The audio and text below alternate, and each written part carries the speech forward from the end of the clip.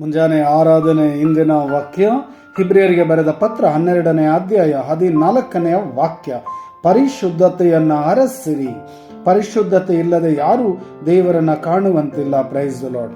ಪರಿಶುದ್ಧತೆಯನ್ನು ಅರಸಿರಿ.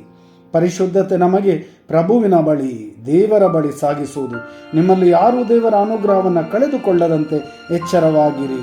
ಯಾವ ವಿಷಯದಲ್ಲೂ ಬೇರೆ ನಿಮ್ಮಲ್ಲಿ ತಲೆದೋರಿ ಅಸಮಾಧಾನ ಹುಟ್ಟಿಸಿ ಸಭೆಯನ್ನ ಕೆಡಿಸದಂತೆ ನೋಡಿಕೊಳ್ಳಿರಿ. Praise the Lord.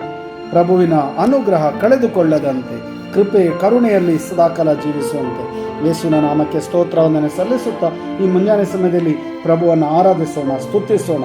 ಪ್ರಭುವಿನ ನಾಮಕ್ಕೆ ಘನಮಾನ ಮಹಿಮೆ ಸಲ್ಲಿಸೋಣ. Hallelujah, hallelujah. ಪ್ರಭೇಶ್ವೇ, ನಿಮ್ಮ ನಾಮಕ್ಕೆ ಸ್ತುತಿ, ಸ್ತೋತ್ರ, ವಂದನೆ, ಆರಾಧನೆ ಈ ಕ್ಷಣದಲ್ಲಿ ನಿಮ್ಮ ಆತ್ಮರನ್ನು ಕಳಿಸಿರಿ. ವಾಕ್ಯ ಆಲಿಸುತ್ತಿರುವ ಪ್ರತಿಯೊಬ್ಬ ಮಗನ ಮೇಲೆ, ಮಗಳ ಮೇಲೆ ಆತ್ಮರನ್ನು ಸುರಿಸಿರಿ. ಆರೋಗ್ಯ, ಸೌಖ್ಯ, ಆಶೀರ್ವಾದ ವರದಲ್ಲಿ ನೀಡಿ. ಪಿತನ ಸುತನ ಪವಿತ್ರ